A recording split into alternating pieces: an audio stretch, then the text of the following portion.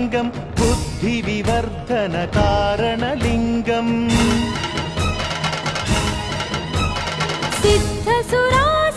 सिद्धसुरासुरवन्दितलिङ्गं तत्प्रणमामि सदा शिवलिङ्गम्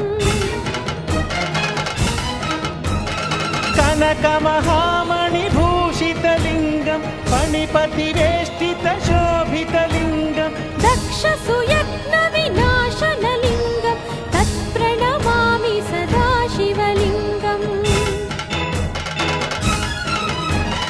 कुङ्कुमचन्दनलेपितलिङ्गं पङ्कजहारसुशोभितलिङ्गम्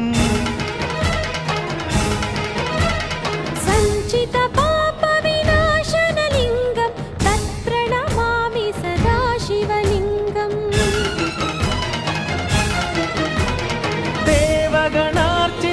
देवगणार्चितसेवितलिङ्गं भावैर्भक्तिभिरेव च लिङ्गं दिनकरकोटिप्रभाकरलिङ्गं तत्प्रणमामि सदा शिवलिङ्गम्